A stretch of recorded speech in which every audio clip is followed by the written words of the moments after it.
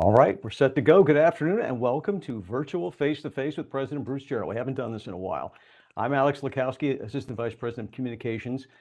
The integration of big data with artificial intelligence and immersive technologies in healthcare is fundamentally changing the way we will treat patients, enabling us to vastly improve and personalize care for each individual. And that was School of Medicine Dean Mark Gladwin almost exactly 1 year ago, announcing the launch of the Institute for Health Computing. It's an ambitious collaboration between the medical minds at UMB, the computing power of the University of Maryland College Park, and the University of Maryland medical system with the anonymized health records of 2 million unique patients each year.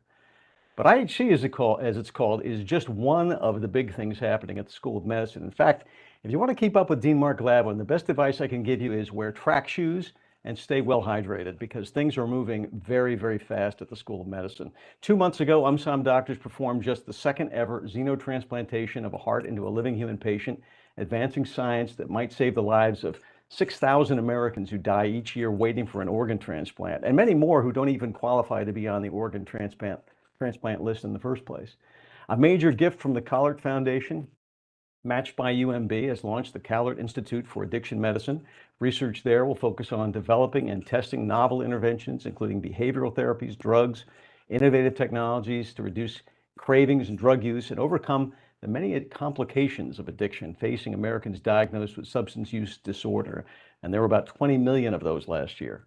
Another institute, the University of Maryland Institute for Neuroscience Discovery, or the Mind Institute, will accelerate translational research of the brain by facilitating interaction between basic and clinical scientists and enhancing collaborative research. And then there are the individual discoveries and innovations, too numerous to list. Things like artificial blood, artificial intelligence, and medical imaging and diagnosis, exploring mRNA vaccines beyond COVID, and much more. And perhaps the reason so much is happening at the School of Medicine right now is because the mission is now so ambitious. And here's how Dr. Gladwin laid that mission out at last month's State of the School address. I'm going to save him the time of going through the list. I'm going to go through it very fast. It's a big list.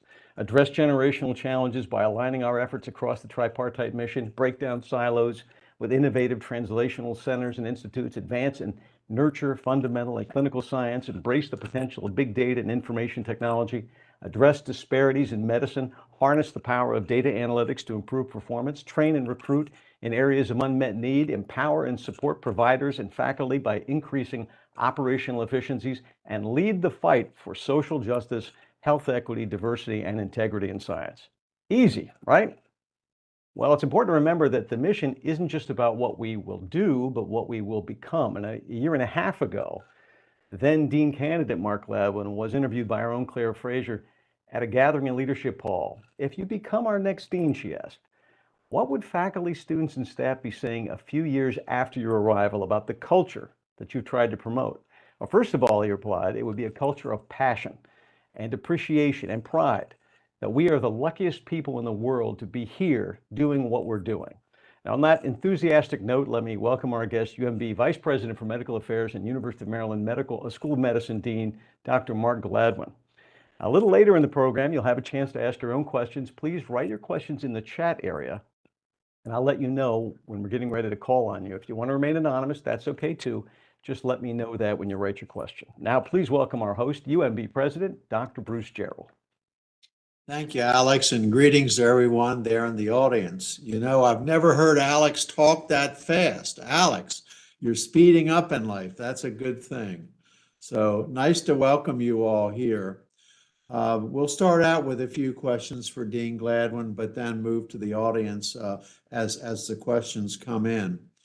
I think Alex is right to say that you got to run fast to keep up with Dean Gladwin. But I want to switch to a slightly different topic first. So, you know, Mark, everyone here loves the Steelers. And of course, here you are and where you love the Steelers. I'm sure everybody out there does. And my question really is, when you interviewed for the job, you had one idea about what Baltimore is. Now that you've been here for more than a year, what's your impression of Baltimore now? What do you think about this city? What is the city of Baltimore about in your mind? Well, first of all, Alex, thank you for that lovely summary and introduction. And President Jarrell, I do want to thank you for your mentorship. These are challenging and fun jobs, but it's really nice to have a supportive, strategic, and experienced leader above me. So thanks for that. I really, part of the reason I came to the University of Maryland was one, that just to be part of a great public university academic medical center. It's such a remarkable place to be, and what's been created here, from rich science to clinical excellence to educational excellence right here in Baltimore, is remarkable. And I've spent a lot of time on mini retreats and meetings with academic, business, and public servant leaders in Baltimore. And one thing I've been impressed by about Baltimore is that in many ways we're a med ed city. We obviously have Domino's Sugar and a history of manufacturing, but in many ways, with the University of Maryland at Baltimore campus, which has almost half of the biomedical research funding of all the University of Maryland schools. And then we have Johns Hopkins, just a historic institution. Very few cities of the size of Baltimore have two biomedical research institutions and clinical centers of excellence within the city itself. So I think one is we're a med ed city, and two, we have incredible resources from the talented people. The two sports teams you mentioned, a great year for the Orioles, looking like a great year for the Ravens. So that's a little bit of what I've seen so far. Sorry, my mouse wouldn't move there. But there must have been a surprise or two here in Baltimore. So what's been the surprises you've seen? Well, one of the surprises has been, as I meet people, a lot of people don't really know what's going on in the University of Maryland School of Medicine or the University of Maryland Baltimore campus. I've heard a lot of people say, I've heard about xenotransplant. Everybody heard about that, but what else is going on? And I spent about my first 3 to 4 months attending mini retreats where I'd visit our institutes, our departments. And just to remind everybody, we have 17 major departments, clinical departments and programs, like the Greenebaum Cancer Center, shock trauma. But then we have departments of neurosurgery, internal medicine, ophthalmology, and the list goes on. But we also have 25 major institutes, like the Institute for Genome Science and the Center for Vaccine Discovery. And then we have basic science departments from pharmacology, biochemistry, physiology. We have about 25 institute centers and departments in the sciences. And then we have so many trainees within the School of Medicine. We have 1,000 residents and fellows. We have almost 600 students, not only medical students, but also physical therapy students and master's program students.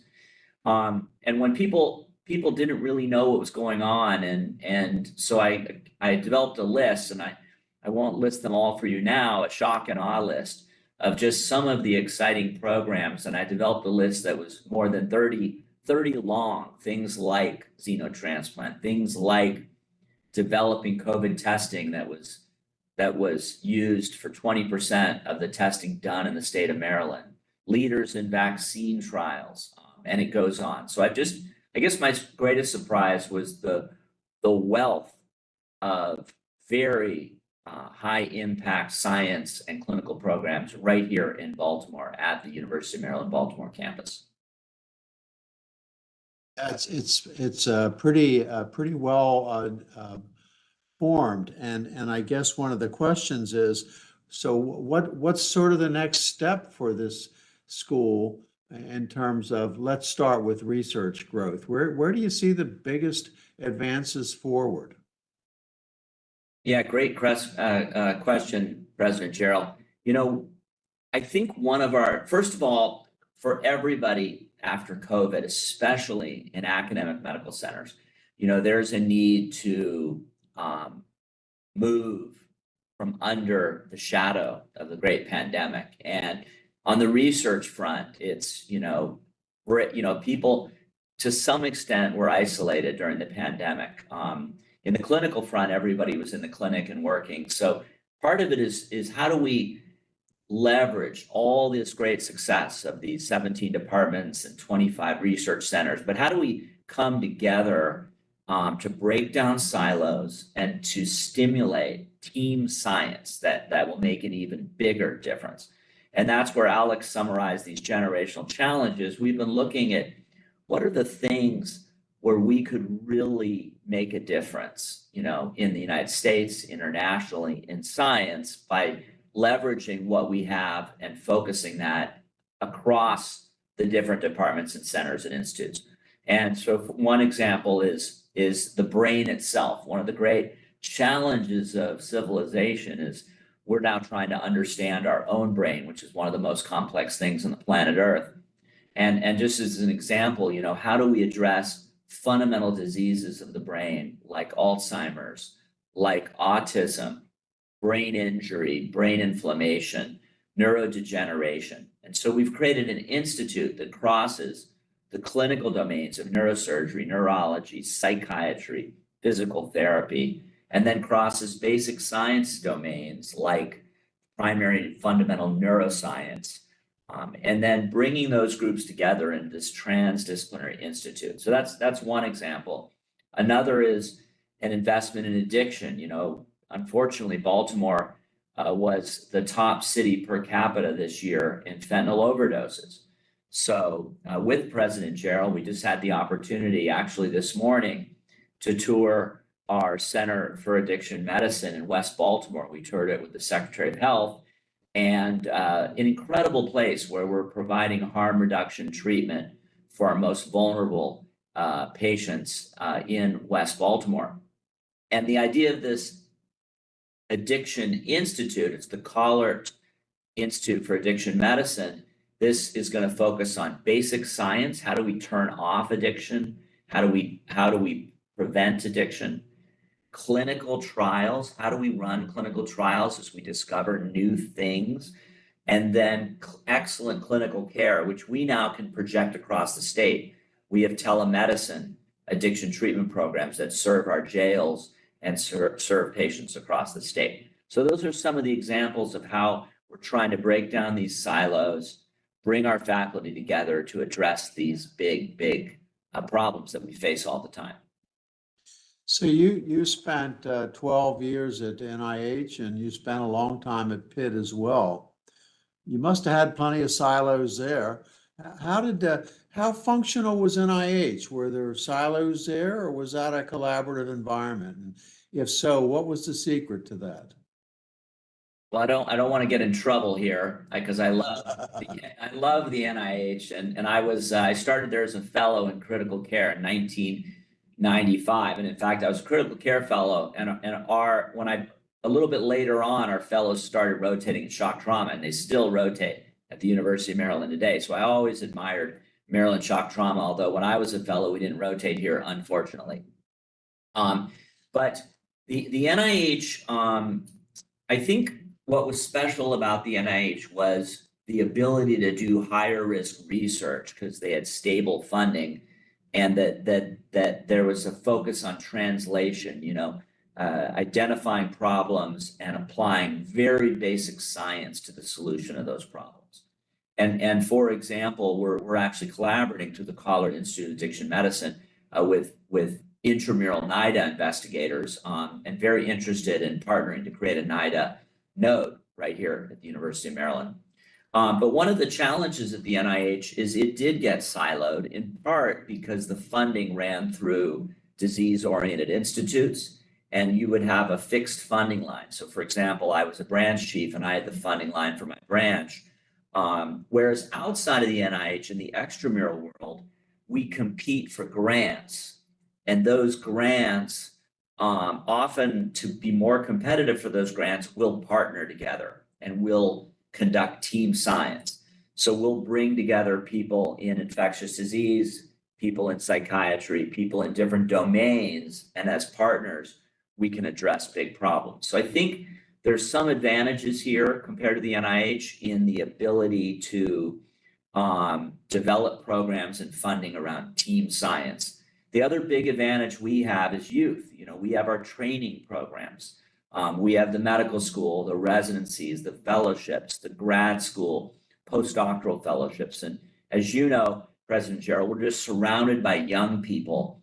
And that's an opportunity that we have that the intramural NIH doesn't have. If we can leverage that talent, inspire them to pursue careers in translational research, you know, that's a big opportunity for us that we didn't really have at the NIH. So you brought up education there. Let me ask you one or two questions about education. We're all seeing all these transformations. We saw it with COVID switching to online. There's now all of this artificial intelligence going on. What do you think is going to happen to the education of our medical students over the next couple of decades in terms of how they learn, how we teach type of questions? Where do you see that going?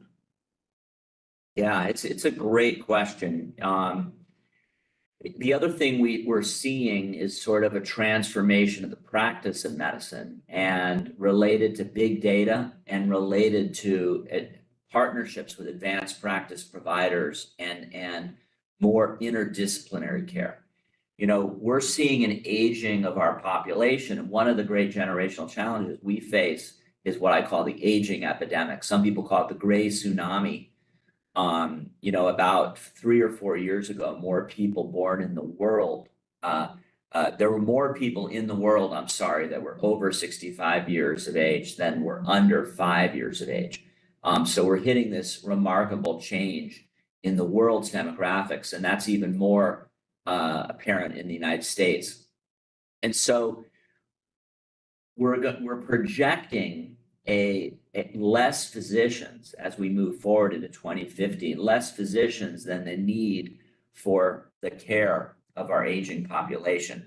So to address that, we're going to have to change models of how we deliver care.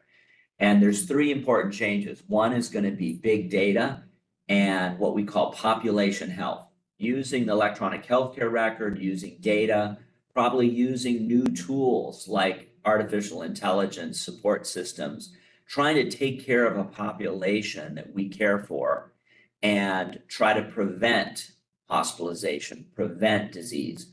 And to take care of populations, not only do we need to use big data and technology, but we need health science partners. We're going to work with pharmacists. We're going to work with social workers, physical therapists. We're going to work with nurse practitioners and nurses and navigators. And so the model of patient care for panels of patients in the future is going to be teamwork and cross-disciplinary, which is another great thing about this campus. As you like to point out, President Jarrell, we have a school of social work and we have a school of pharmacy. So that's a piece of the future of medicine. I think the second piece is the old model when you and I went to medical school was we memorized everything. Medical school was known for memorization, and we would memorize everything. Well, now there's so much knowledge. It's so vast. Information is doubling exponentially so fast that our students can't know all these things. So they're going to be relying on tools like risk calculators and maybe AI support systems. And I think the future of we're going to have to teach our students to use tools to access data as opposed to the old model of memorizing data. And it'll be tools different from just Dr. Google, I take it. How do you think the interface will work? Will you talk to yourself? How will you do that? Yeah. Well, you know, one of the things that's emerging that's really interesting, and we're going to be piloting. We're trying to launch this rapidly to pilot in January, but between the University of Maryland Medical System and the University of Maryland Medical Center and our physician faculty practice, we're creating a partnership to pilot this new AI chat box clinic assistant. And this system's called Nuance. It's actually a Microsoft product, but it's been heavily now tested, and we've already had 2 super users that are telling us that this thing's ready for prime time. And what this does is you'll see a patient in a clinic, And if you've gone to the doctor recently, all the doctors are typing into the electronic healthcare record, and that's been really disrupting the physician-patient relationship, and it puts a lot of extra work on our doctors. They're typing notes, they're typing orders. Many people spend 2 hours outside of a clinic day at night at home. The doctors call it pajama time, where they're actually typing their notes. Well, the new system would listen to you, and we would have our discussion. And it's an AI program. It's been practicing on 30,000 patients, and it will write the note. And it will, the things that we talk about that aren't relevant to care will not be included in the note. The details relevant to care will be included in the note. And that note writing system's already working, but I see a future where I would meet you and that system would renew your prescriptions. I'd say, Bruce, do you need to renew those 3 prescriptions? Do you want them at your pharmacy? Or what pharmacy? Okay.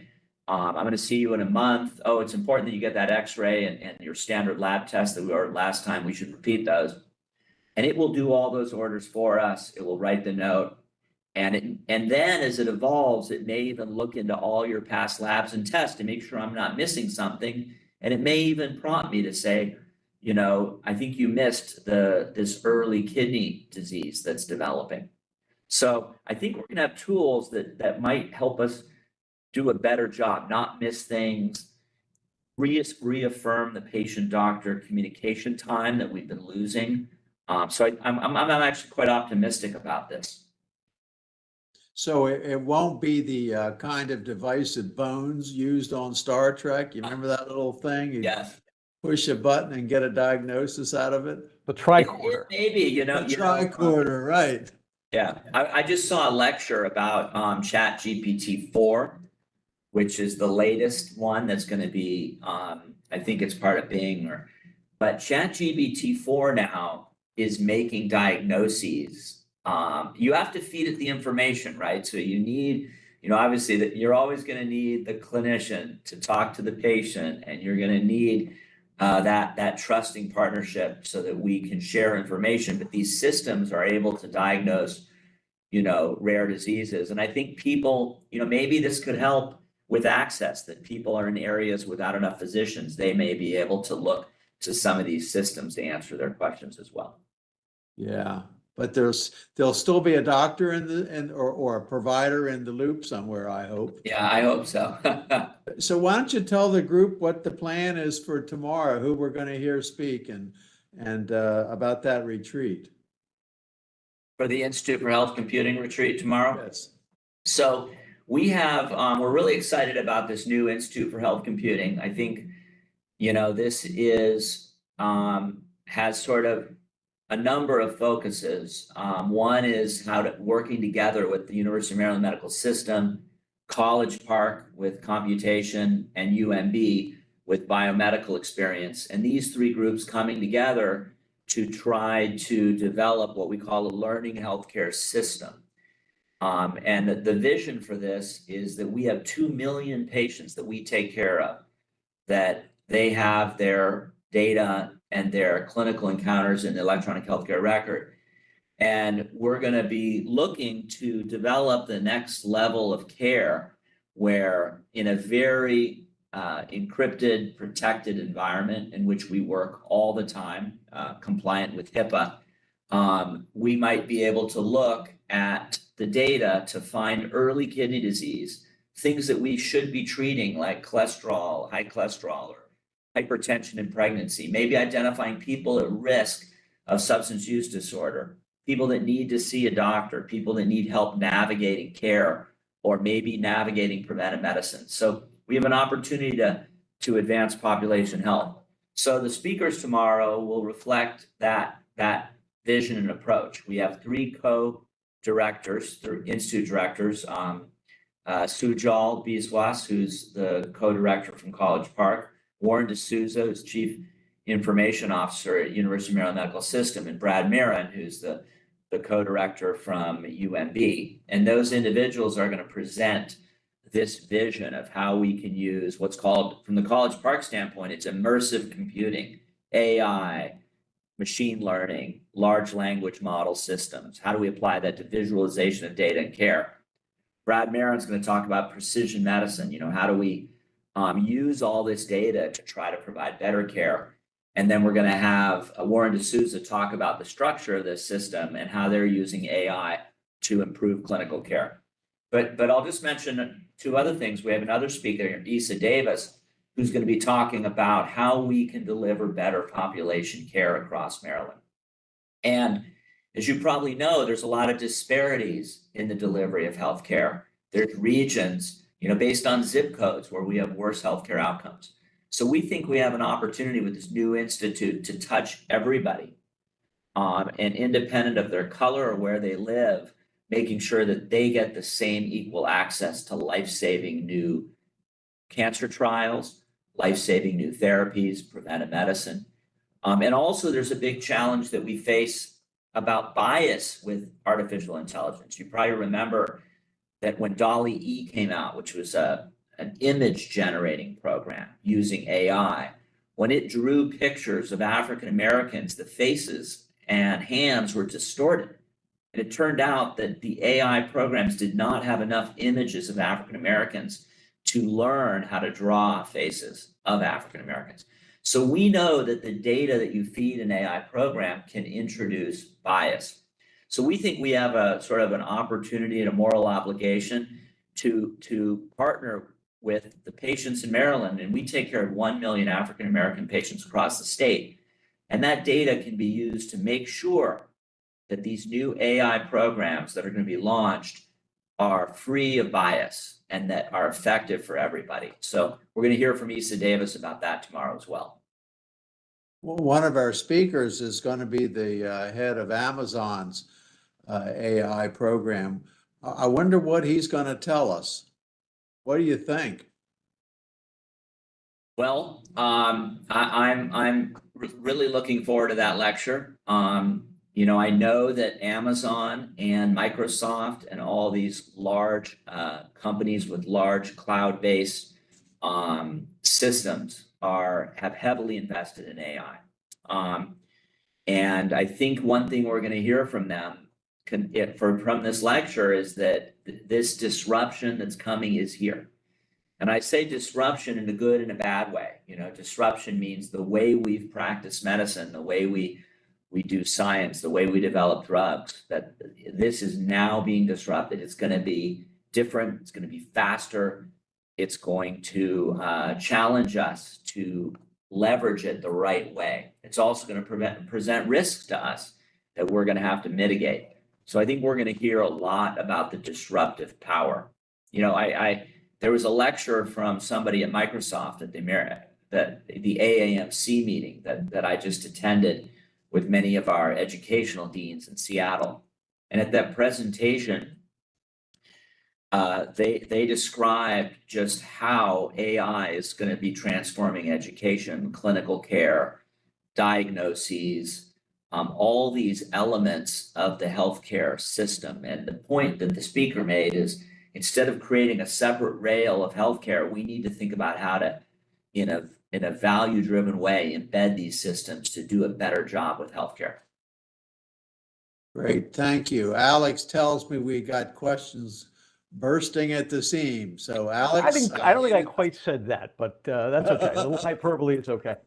We have questions, as you might imagine. The first one is really about AI, and there are more about AI. You mentioned that the amount of knowledge, medical knowledge in the world is just increasing at such an incredible rate. This person from the School of Nursing asked, with so much of the AI landscape yet to be explored and also growing and changing by the day, how do you keep up with things? And what concerns do you have for the impact it could have on the physician-patient relationship? And are there privacy concerns? Yeah. So I'm not sure if the question relates to how I keep up with medicine or how I keep up with the impact or the AI. I think it's the AI. How do you just knowing the AI landscape? You were talking about DALL-E. How do you keep up with everything going on in AI? Yeah. Well, first of all, I want to be fair. In no way am I an expert. I'd say that I'm fluent in the uses or applications and have been paying a lot of attention. I did personally, very early on, download. You can access for free GPT-4, DALL-E E. You could pay a subscription to use the next level of DALL-E E and the next level of these GPT chat boxes. I know that Bing with Microsoft is launching Chat GPT-4, which you can subscribe to. So it's very easy to go online and access these chat boxes. So I've played with them and I've encouraged my leadership team to play with these things, to understand them. And so, for example, I've dictated emails into ChatGPT-2 when it first, the earlier version, and asked it, edit, polish, and format this, rambling email. And it will provide this beautiful polished version. I've asked it diagnostic questions. I've asked it very esoteric medical questions. So I've been playing with what it can do. I've also seen some of our programmers, one of the powers of these AI chat boxes is so what they are, they're large language models of generative AI, and they essentially can read and understand language. And they can also, of course, understand math and data. But these systems are essentially have at their fingertips all the written material available on the internet and in any system they're fed, all of it. And they have a lot of the code, the computer code that's been written in the world. So one area people are using this a lot, and I'm told that a high percentage of code is written this way now, is that you ask the chat box to write the code. So write the code that would do this or that or this in Python, and it will write the code. And I've been told that now at computer firms, they're often hiring the people that just check the code that the chat boxes are writing. So that's another thing. I've seen some examples and watched examples of how people are using it to write code. For me, I never wrote code, so suddenly this could become accessible to me. So, and I've also played a lot with the illustration programs of DALL-E E just for fun.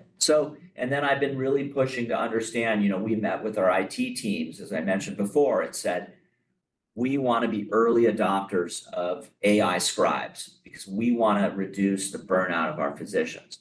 So I think very early on, I've been pushing to see that technology, and I mentioned the nuance system. So those are some of the things I've done, and of course, reading about it and being part of the IHC, I hear from experts about the technology that's hitting the horizon. Yeah, I think I would answer that question a little differently and to say, watch the young people around me and watch how they're using it and how innovative they are. And of course, listen to what they say and you'll learn an awful lot. And my guess is you'll see the future fold out before your very eyes. Of course, we want to do more than just see it. We want to influence it, but I'm sure I'll get a lot of ideas from watching them. Yeah, this is now hitting it's a tool so fast that there are devices now that, because again, these systems speak, they know, they can read and listen and understand language. So there are now systems that a little stick will hear you speak in any language and then translate in real time in any language. And this GPT-4 model, it speaks and understands every language and every computer language and has access to almost everything written and every code written. And it's fast. Wow. Okay, Alex. Yeah, you have another audience member is asking about the flip side. So we talk a lot about using AI in treatment, right? But what about in teaching? Because at the undergraduate level, it's a huge problem using AI. But when you're maybe in medical education, it's a whole different thing. How do you envision using AI in education? So there was a lecture at the AAMC meeting about this, and there was a lot of examples presented. And there was also a New England Journal review series on AI in medicine and a piece that had to do with teaching. But one thing is the illustration that was presented in the New England Journal, but also at this lecture that I saw, was that these AI programs are now passing this test. We have a test called Step 2. To become a doctor, after the second year, you take step 2, and it's the knowledge of medicine, of clinical medicine, and the basic science that's relevant to clinical medicine. And they're complex cases where you're expected to, second order answer. So they might present glomerulonephritis, but then the question is, what's your treatment? And these AI programs now pass that test, greater than 97% pass rate, very high scores on these tests. So the example that was presented was a case, and the AI program would help answer the question, but would also provide an answer for why each question was wrong or right, and the data. And at every level, you can go deeper. So you could ask it, well, why did you pick C? And it tells you. And then you can ask more questions, and it could go deeper and deeper and deeper. And this example they presented was just how it could teach to great depth. So I think the other thing that's going to happen is maybe our students will have to start teaching them more about what tool to use. We kind of have this already. If you're admitted to an emergency room and you might have a pulmonary embolism, we have multiple scoring system, Wells criteria, PERC plus, something called the PESI score and the modified PESI score. Every PE patient now has like 5 scoring systems that help us. Should we admit them to the floor, to the ICU, or send them home with an anticoagulant? So these scoring systems are already overwhelming, and the students use their smartphones.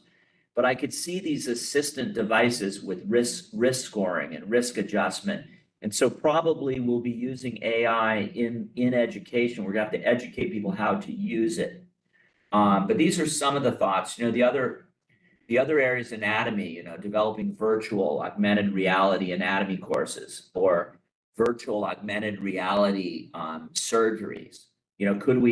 We're going to get to the point very quickly, and we already have models of this, but I think we're going to see this advance where the student could be operating right next to a surgeon, but isn't really in the room with the surgeon. So imagine in every surgeon, there's 5 students that are the assistant in some sort of AR, VR. So I think things like this are going to come very fast. Phenomenal. There was, of course, the Turing test that was always proposed, the Wizard of Oz deal, where could you tell who was on the other side of the screen? Sounds like we're getting closer to that. The prediction was 2029, I think. Maybe it's going to be sooner than that. So, Alex? Yeah, so back to health computing, though, someone writes, and I'm going to try to interpret this. So we're talking about health computing in general, using the big data to personalize or develop precision medicine. But do you have some goals? I mean, you have to start somewhere. So do you have an idea of what you're going to target first? Are we looking for certain kinds of cancers, or how will you go about making this a reality in the clinical side? Yes, so we're at the stage for the Institute of Health Computing where we're recruiting thought leaders, the people that know how to work with these big data sets and how to leverage these advances applied to these data sets. And we're kind of focused on kind of 4 main areas. One is this augmented and virtual reality, which is a real expertise of College Park investigators, and Dean Varshney is an expert in augmented and virtual reality. The other is population health, and we think we're very quickly, in fact, we already have a project with the Institute for Health Computing and our Kahlert Institute for Addiction Medicine, where we're using the electronic healthcare record to identify people that are at risk for overdose and who have maybe infections that came from IV drug use, and then identifying people that then could be accessible to clinical trials. So using the electronic healthcare record to identify patients that need an intervention or a clinical trial. But I think very quickly we can take that to the next level, doing risk analysis. You could use AI systems to figure out who's at the highest risk of admission, who's at the highest risk of overdose, who's at the highest risk of developing kidney disease. And then you could have either, clinical trials to try to change that or actual clinical interventions. So those sort of things are happening already. One of the projects that's going to be presented tomorrow is a partnership with College Park and UMB on what we're calling climate medicine. They were able to look at data from College Park on all of the smoke, the particulate levels during the Canadian fires. And they married that data set geographically to the electronic healthcare record data on cardiovascular, pulmonary hospitalizations and clinic visits. And they saw that during that peak wildfire, there was more hospitalizations. And so now you can imagine using that data to pinpoint during the next fire, who should we be mailing a asthma treatment inhaler to? Who should we be reaching out with a telemed visit, preventive medicine telemed? So we don't have that childhood asthma, which, as you know, is a huge medical problem, especially among African Americans in challenged socioeconomic regions. Alex? Well, if you want to take a break from the hardcore, the sciencey questions, we do have someone who wants to know, what's the biggest surprise you've encountered since coming to the School of Medicine? Biggest surprise. I would say one of the biggest surprises was, again, the remarkable depth of elite science and clinical programs that we have here. Again, I feel like University of Maryland is a humble place, and people I don't think have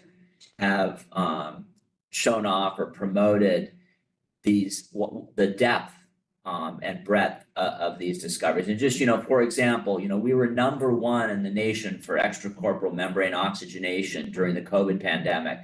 That's sort of a blood oxygenator to keep you alive with COVID pneumonia. And we had the second best outcomes in the nation, despite having the sickest patients. We had, we were one of the main sites for multiple vaccine trials that led to approvals. We're leaders in the world in what's called exposure vaccination, where we have normal volunteers that get exposed to Shigella or Salmonella, and we test rapidly whether a vaccine works, and then those vaccines have gone to clinical trials. And we're leaders in these enteric pathogen vaccinology research, things like Shigella and Salmonella and Campylobacter, that are just devastating in sub-Saharan Africa. We have, underneath one of our research building, we have all these incredible NMR machines to look at microstructure of proteins. The list goes on and on about the real exciting science. We talk about addiction. On this campus, we have $40 million in grants targeting addiction, from alcoholism to fentanyl to overdose to nicotine. And that 40 million, it's 60 unique grants. And so there's such a wealth of strong science here. So, and part of my job is to really communicate the success of the faculty and call that, to people's attention. Alex? All right, a non-AI question. So COVID, this person writes, opened the door wide to telemedicine. Is that door going to stay open, or maybe open wider, or how's it going to change? What are we doing with telemedicine? Great question. Why are you laughing, Dr. Jarrell?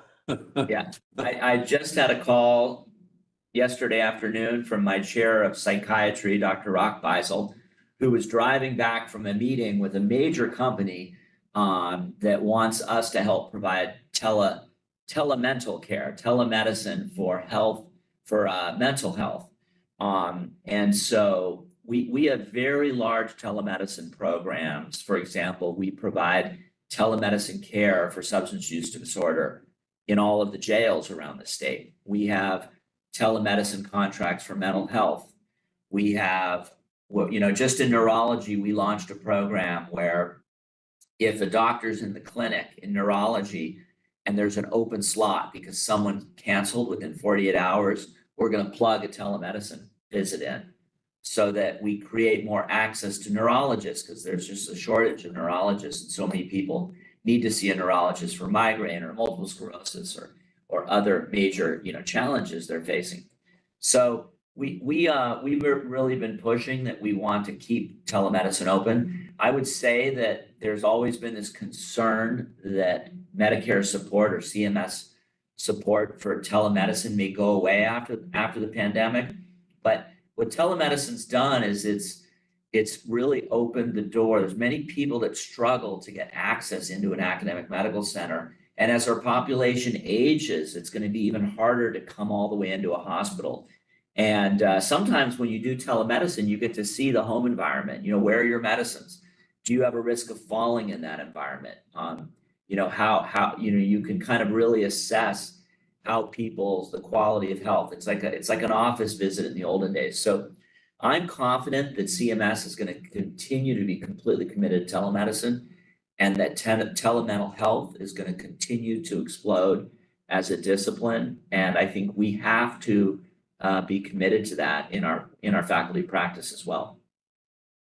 I was lucky enough to visit a sort of a telemedicine site run by Dr. Weintraub out on the shore, where people who have a very difficult time getting to a physician or getting to an addiction specialist, they have a van they can get to. It's a lot closer, it travels around, and wow, the people there, they couldn't say enough good things about how it keeps people in treatment. They're not dropping out, they're not missing their meds, they're staying in treatment. So that's certainly a success story that I assume we'll build on. Absolutely. All right, let's see what else we have here. A question about the new cancer center. Now, I know that's the hospital and not us, but what can you tell us about what's going to go on in this, what's now a big hole in the ground that will be this new cancer center? Yeah, well, first of all, I would say the hospital is us, that we are, we're the University of Maryland Medicine. This hospital, we have an affiliation agreement where only the University of Maryland faculty work. This is the flagship hospital for the University of Maryland Medicine system, and only our faculty physicians work there. And in fact, the hospital supports a lot of the research at UMB. So it's really a partnership. And we're really, and the design of the hospital really was in large part supported or partnered with our cancer center. And President Jarrell may actually have a little more knowledge about that, because I came in as the ground was being cleared and the plans have been made. But in general, that tower is going to have cancer care. It's also in the top floors going to have a new department focused on rehabilitation. And that will be very important, because not only the rehabilitation of our patients with cancer, but also with shock trauma, we have an incredible need to support our communities in terms of spinal cord injury and traumatic brain injury. And so a piece of that Stoller Tower for Advanced Medicine will focus on rehabilitation. President Jarrell, did you want to add anything about the Stoller building? I think that part of the concept here is that rehab medicine, particularly for the shock trauma patients, will be able to take place right in that building, as opposed to being moved out to Kernan Hospital, and of course, advanced cancer care. Mark, but you might mention your recruit for the director of the Cancer Center and where that's going, because for those of you in the audience, I'm sure you'll appreciate that the Comprehensive Cancer Center that Dr. Kevin Cullen and others have built is doing very, very well. And we now have a new director, Dr. Cullen, after umpteen years. It's got to be 15 or 20 years, is stepping down. And so you want to mention a little bit about that? Yeah, thank you. So we're one of 51 national NCI designated comprehensive cancer centers. And in about a year and a half, we have to put in our renewal for that big cancer center program. So there's a real commitment between the University of Maryland Medical System, because we have cancer centers, for example, at Capital Region, and we have a cancer tower there. There's support from UMMC, where of course the new Stoller Tower is being built. support from UMB, which is providing space and resources to renovate space in HSF3, and then support from the School of Medicine.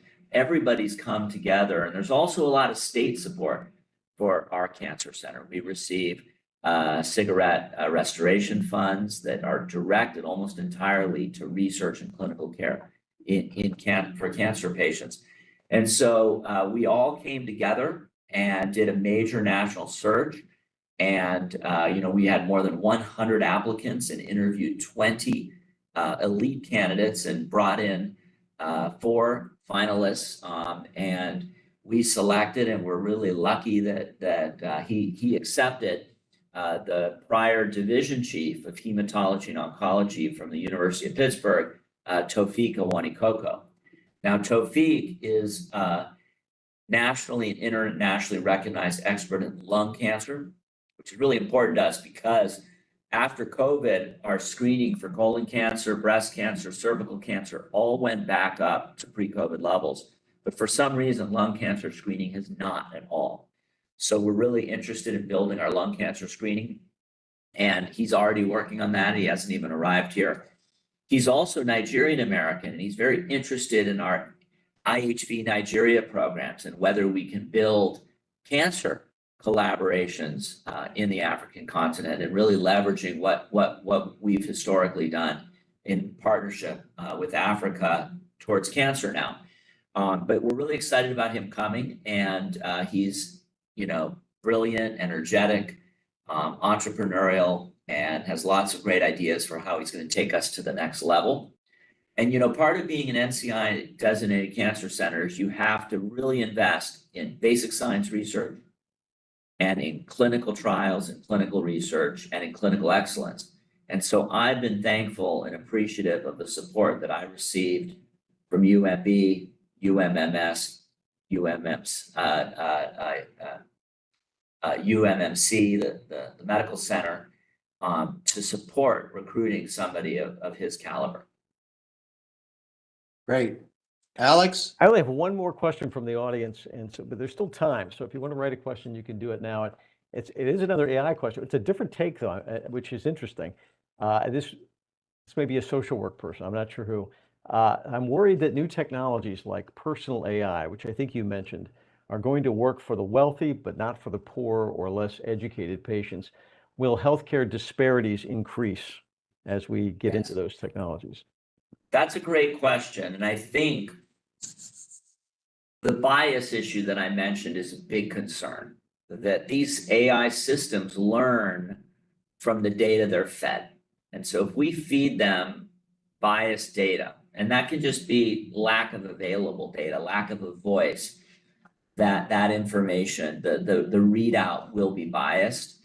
So that's one big disparity that we're worried about. And we think we have a big opportunity to correct that disparity here through our IHC program. The other thing, of course, would be, affordability, the ability to use these tools. And there is a major challenge around AI that's around something called hallucinations. The AI systems, if they have the wrong data or wrong interpretations, they can strangely extrapolate or hallucinate and generate incorrect data. And we think it's likely that those hallucinations are going to be augmented in minoritized patient groups or populations, again, where the data is limited.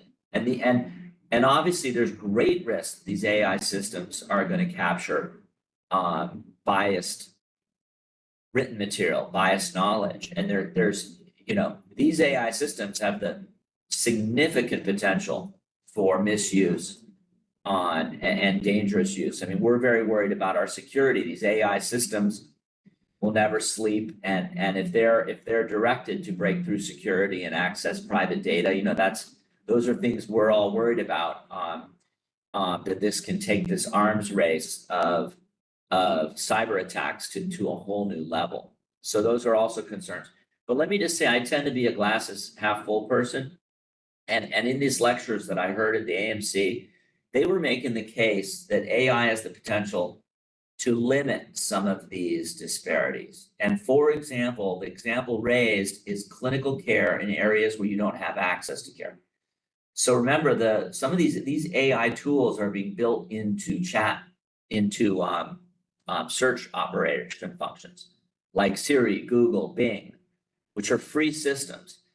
And these systems, as GPT-4 and related systems get better and better and better, there's the opportunity that you could access information that might never be available to you.